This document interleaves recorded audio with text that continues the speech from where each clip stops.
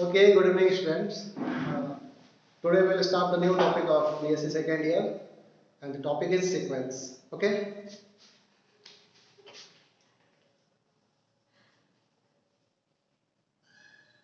Today we'll learn about the basic definition of sequence and also range of sequence and term of sequence and bounded sequence, monotonic sequence, and many more things. So first of all, definition of sequence is our target.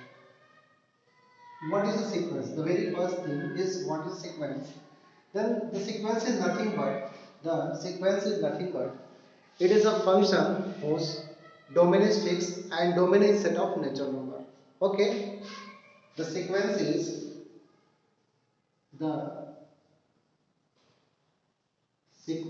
is nothing but it is a function. It is a function whose domain is fixed, whose domain is fixed and domain is more precisely domain is set of natural number, that is f such that natural number to A is set S and S is subset of R, then sequence of real number, sequence of real number। मतलब ये कि जो sequence हम पढ़ते हैं वो sequence कुछ और नहीं, सीक्वेंस जो एक फंक्शन होता है जिसका डोमेन फिक्स होता है और domain set of natural number होता है। यहाँ पे आपने s सपोज किया और अगर s जो है set of subset of real number है तो ये जो है सीक्वेंस ऑफ रियल नंबर मिलेगा। अगर s is a subset of car हो गया तो आपको सीक्वेंस ऑफ कार मिलेगा। Depending upon this s you can define the sequence. अगर आपको सीक्वेंस ऑफ कार चाहिए तो put here the set of cars. अगर आपको सीक्वेंस ऑफ बस चाहिए तो बस पुट करिए, चेयर चाहिए चेयर पुट करिए, जो भी सेट यस होगा उस टाइप का सीक्वेंस आपको मिलेगा। फिर अगर हम बात करें term of sequence, second topic is term of sequence. तो आपको ये बात तो पता है कि सीक्वेंस क्या है, function set of natural number से किसी सेट एस पर और S is subset of are.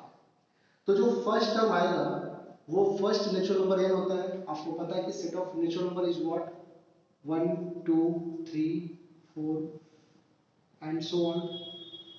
Means कि first term is f of 1 और अगर जो आपने फंक्शन को डिफाइन कर दिया ऐसे f of n is equal to आपने डिफाइन कर दिया क्या, ऐसे सपोज कर लेते हैं कि we define a rule f of n is equal to हमने डिफाइन कर दिया n प्लस 1।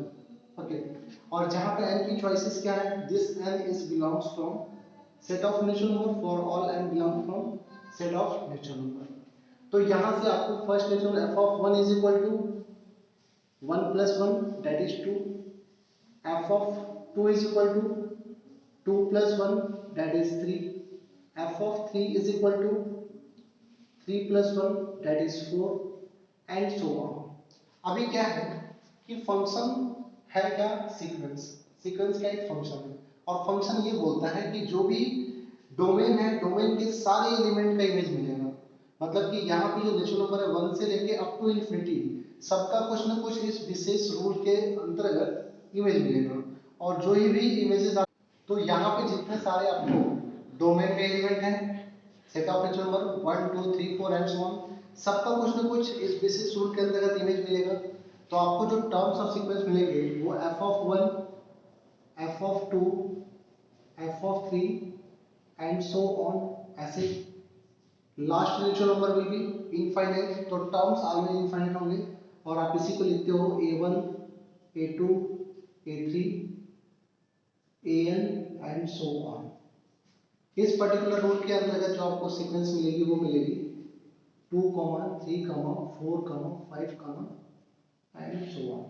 तो ऐसे अगर देखो तो terms of sequence is depending upon this particular rule, मतलब depending upon function and function is from the set of natural number to any set S and domain is always, it is already told in the definition of sequence कि sequence क्या है, एक function है जिसका domain fix है और domain set of natural number है, मतलब कि ऑलवेज इनफाइनाइट इमेज आपको मिलेगा।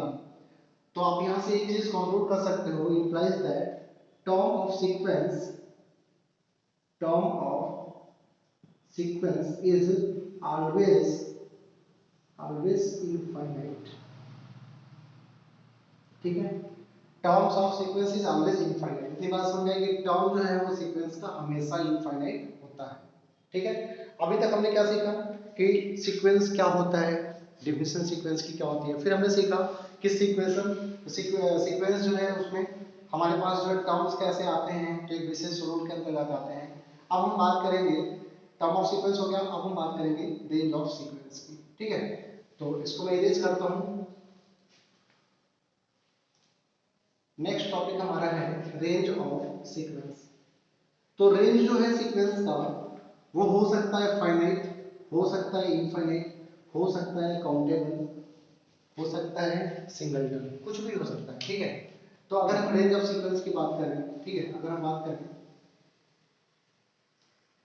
रेंज ऑफ सीक्वेंस की, ठीक है, तो आपने क्या किया, एक फंक्शन लिखा और function from set of natural number two any set S and S is subset of R। आपको ये मिला सीक्वेंस है भाई।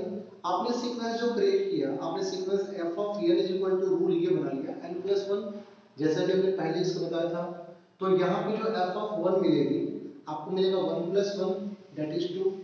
आपको f ऑफ 2 जो मिलेगा वो 2+1 दैट इज 3। आपको f ऑफ 3 जो मिलेगा वो 3+1 दैट इज 4। तो आप यहाँ पे देखोगे कि लास्ट में आपको जो टर्म्स ऑफ सीक्वेंस मिलेंगे वो f of 1, f of 2, f of 3 and so on बढ़ते आ रहे हैं। तो यहाँ से आपको क्या मिलेगा, आपको मिलेगा 2, 3, 4, 5 एंड सो ऑन इनफाइनाइट। तो आपको यहाँ से क्या मिलेगा कि रेंज में जो रेंज है वो रेंज में कौन से एलिमेंट जाते हैं, रूल ये होता है फंक्शन में जो इमेज आते हैं वो सारे के सारे इमेज रेंज में जाते हैं। तो रेंज में आपको क्या क्या मिलेगा 2, 3, 4, 5, 6 एंड सो ऑन। तो यहाँ पे जो रेंज है, रेंज इज काउंटेबली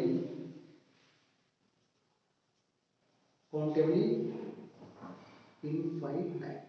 ओके, अभी आपने ये वाला सीक्वेंस लिया तो रेंज काउंटेबली इनफाइनाइट हो गया। अभी जो है हम सीक्वेंस कुछ डिफरेंट टाइप का लेंगे, मतलब कि जो है हम यहाँ पे सीक्वेंस जो है, अगर हमने f of n is equal to, हमने क्या ले लिया -1 to the power n। Okay, तो अब जो हमको मिलेगा f of 1 is equal to -1 to the power 1, f of 2 is equal to -1 to the power 2, f of 3 is equal to -1 to the power 3 and f of 4 is equal to -1 to the power 4। तो आपको यहाँ मिलेगा -1, यहाँ मिलेगा +1, यहाँ मिलेगा -1, यहाँ मिलेगा +1। इवन पावर जहाँ जहाँ होंगे इवन पावर पर +1 पॉजिटिव पावर मिलेगा, ऑड पावर पर आपको नेगेटिव का 1 मिलेगा। ठीक है, तो आप यहाँ से बोल सकते हो कि अब आपको यहाँ पे जो सीक्वेंस के टर्म मिलने वाले वो मिलने वाले हैं f of 1, f of 2, f of 3, f of 4, ठीक है, एंड सो ऑन। तो अब आपको क्या मिलेगा, यहाँ से आपको मिलेगा पहले -1, फिर +1, फिर -1, फिर +1 एंड सो ऑन। आप जब रेंज इसका क्रिएट करोगे तो आपको पता है कि range is set and in the case of set there is no repetition of elements. तो आपको यहाँ पे जो रेंज मिलेगा, आपको यहाँ पे जो रेंज मिलेगा, रेंज में सिर्फ और सिर्फ दो एलिमेंट आएंगे, एक -1 और एक +1। ठीक है, रेंज सेट में सिर्फ दो एलिमेंट, एक -1 और एक +1। तो इस पर्टिकुलर रूल के हिसाब से आपके पास जो सीक्वेंस की रेंज मिली वो आपको मिली क्या, फाइनाइट। ठीक है, या फिर काउंटेबल इसको बोल सकते हैं। अभी जो है एक और हम सीक्वेंस लेते हैं कांस्टेंट सीक्वेंस। ठीक है, जिसमें आपको सिंगलटन मिलेगा। एक हमने सीक्वेंस ऐसा क्रिएट किया constant sequence, that is f of n is equal to, हमने कोई एक कांस्टेंट k सपोज कर लिया। ओके, तो यहाँ पे अगर हम f ऑफ n, और आपको पता है जितने भी n है for all n belongs to natural number, यहाँ पे नेचुरल नंबर से एक ही चॉइसेस आएगी, for all n belongs to natural number. Okay, तो यहाँ पे f ऑफ 1 लिखें तब भी क्या आएगा, अरे इधर n होता तब तो कुछ वैल्यू डिफर करती, n कोई है ही नहीं, इधर सिर्फ k है। अगर आपने f ऑफ 2 लिखा तब भी k मिलेगा, अगर आपने f ऑफ 3 लिखा तब भी k है। This is a constant sequence. तो यहाँ पे जो टर्म ऑफ सीक्वेंस आपको मिलेगा वो मिलेगा f ऑफ 1, ये मिला form f of 2, f of 3, f of 4 and so on. और सबके इमेजेस के हैं सिर्फ k k k k। तो आपको क्या मिलेगा, रेंज सेट सिंपल k। तो यहां पे लिखेंगे क्या, सिंगलटन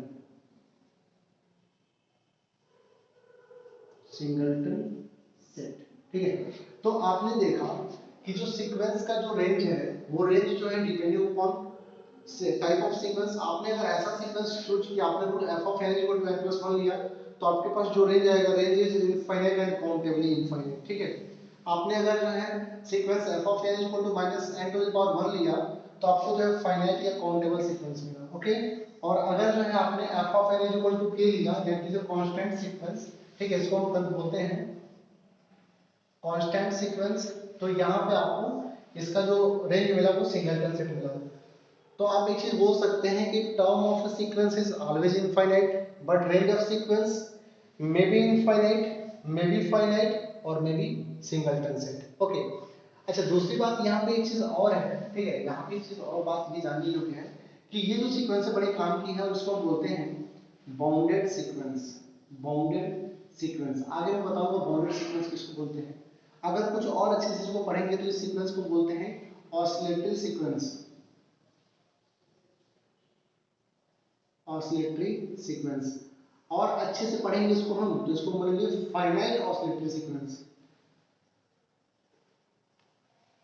आगे की क्लासेस में मैं सारी चीजें बताऊंगा कि ऑसिलेटरी सीक्वेंस क्या होती है, फाइनाइट ऑसिलेटरी क्या होती है, बाउंडेड क्या होती है। तो फिलहाल हमने जो है अब तक क्या सीखा, हमने सीक्वेंस की डेफिनेशन सीखी, सीक्वेंस के टर्म्स के बारे में सीखा एंड सीक्वेंस का रेंज हमने सीखा।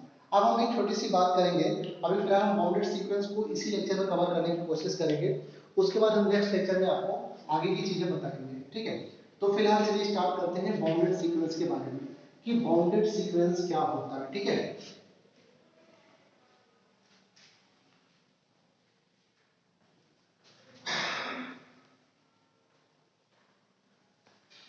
चलिए अगला टॉपिक क्या है, बाउंडेड सीक्वेंस। टॉपिक क्या है, बाउंडेड सीक्वेंस। अब देखिए सिंपल सी बात है, बाउंडेड का मतलब ये हुआ कि वहां पे चीजें जो होंगी वो बाउंडेड होंगी। जो सीक्वेंस का रेंज है, ठीक है ध्यान से समझिएगा, सीक्वेंस का जो रेंज है अगर वो बाउंडेड हो गया तो सीक्वेंस बाउंडेड हो जाएगी। ठीक है, मतलब ये कि जो सीक्वेंस है ना, सीक्वेंस क्या है, सीक्वेंस एक प्रकार का फंक्शन है जिसका जो डोमेन है वो फिक्स है, और डोमेन क्या है, सेट ऑफ नेचुरल नंबर है। तो आपने ये डिफिनेशन क्लास 12 में ऑलरेडी पढ़ चुकी है कि a function is said to be bounded if its range set is bounded. किसी भी फंक्शन को हम बाउंडेड फंक्शन बोलते हैं जब उसका रेंज क्या है, बाउंडेड हो जाए। किसी भी फंक्शन को हम बाउंडेड सेट बोलते हैं जब उसका रेंज सेट बाउंडेड रहता है। तो सीक्वेंस के केस में भी सेम वही बात होगी, क्योंकि सीक्वेंस कुछ और नहीं, सीक्वेंस एक फंक्शन ही है जिसका डोमेन हमने फिक्स कर लिया है और डोमेन को set of natural number suppose कर लिया है। तो यहाँ पे लिखेंगे f such that n to s and s is subset of r, ये होता है सीक्वेंस। तो लिखेंगे a sequence is said to be bounded if its range set is bounded, if its range set is bounded। Okay, तो यहाँ पे अगर देखें तो आपके सीक्वेंस के जो टर्म्स आएंगे, अगर मैंने f ऑफ n लिखा तो हम लिखते हैं an। ठीक है, f of n equal to an हम लिखा, तो यहाँ पे क्या होगा, जो भी आपका a होगा, मतलब a क्या है, a में से किस नंबर का, तो a is less than or equal to capital M and greater or equal to small m। Okay, f of n, या फिर ऐसे लिख सकते हो कि f of n is less than or equal to capital M and greater or equal to small m। तो ये particular जो है बाउंडेड की कंडीशन है। जो भी आपको रेंज में मिलेगा, मैपिंग के बाद जो रेंज में मिलेगा वो किसी बड़े कैपिटल एम से छोटा होगा या बराबर होगा, और किसी छोटे एम से बड़ा या बराबर होगा। तो मतलब ये कि जो भी आपको इमेजेस मिलेंगे वो इस एम और एम के बीच में होंगे। अगर मैं एक एग्जांपल बताऊं आपको, अभी मैंने लिखा था कुछ देर पहले, f of 1 is equal to, sorry, f of n is equal to -1 to the power n।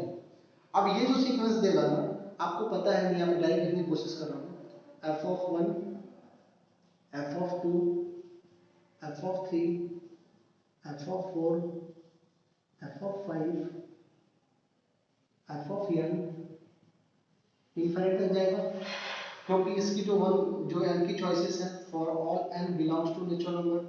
ऐसा क्यों? क्योंकि फंक्शन ही होता है नेचुरल नंबर से किसी से ds पर, और s एक सबसेट अपॉन होता है इन the case of real sequence. तो यहाँ से जो आपको मिलेगा, जो पहला टर्म मिलेगा -1 मिलेगा, दूसरा +1 मिलेगा, फिर -1 मिलेगा, फिर +1 मिलेगा। मतलब आपको सिर्फ इवन वाले पे +1 मिलेगा, ऑड वाले पे -1 मिलेगा। तो अगर आप रेंज क्रिएट करते हो, रेंज, तो जो रेंज मिलेगा वो मिलेगा, range set is -1 and +1। Okay, अब ये -1 और +1 दो ही चीजें आ रही हैं। तो अगर आपने कैपिटल एम को, आपने 2 सपोज कर लिया, कोई भी रियल नंबर, और स्मॉल एम को आपने क्या सपोज कर लिया, -2 सपोज कर लिया। तो -1 एंड +1 लाइज बिटवीन 2 एंड -2। तो ये जो रेंज है, ठीक है, पर्टिकुलर सीक्वेंस का जो रेंज है, सीक्वेंस का जो रेंज है वो क्या है, बाउंडेड है। तो अगर रेंज बाउंडेड हो गया तो सीक्वेंस भी बाउंडेड रहेगी। तो आप कह सकते हो कि a sequence is said to be bounded if its range set is bounded। Okay, तो फिलहाल इस लेक्चर में हम इतना ही बात करेंगे। आगे लेक्चर में आगे लीजिए आपको बताएंगे मोनोटोनिक सीक्वेंस पढ़ेंगे, जिसमें मोनोटोनिक इंक्रीजिंग होगा, मोनोटोनिक डिक्रीजिंग होगा। फिर हम ऑसिलेटरी सीक्वेंस पढ़ेंगे, जहां पर हम ऑसिलेट्स फाइनाइट की बात करेंगे और ऑसिलेट इनफाइनाइट की बात करेंगे, और सारी चीजें आपको बताएंगे, थ्योरम्स और जो भी इसके रिजल्ट हैं, और इन थ्योरम्स और रिजल्ट के बेसिस पे जो भी आपको कॉम्पिटिटिव एग्जाम में, ठीक है, like IIT JAM and NET and also for your graduation, that is BSc second year. Okay, तो उसमें हम बात करेंगे सारी चीजों को। तो thank you for watching this lesson and have a good day to all of you. Okay, thank you everyone.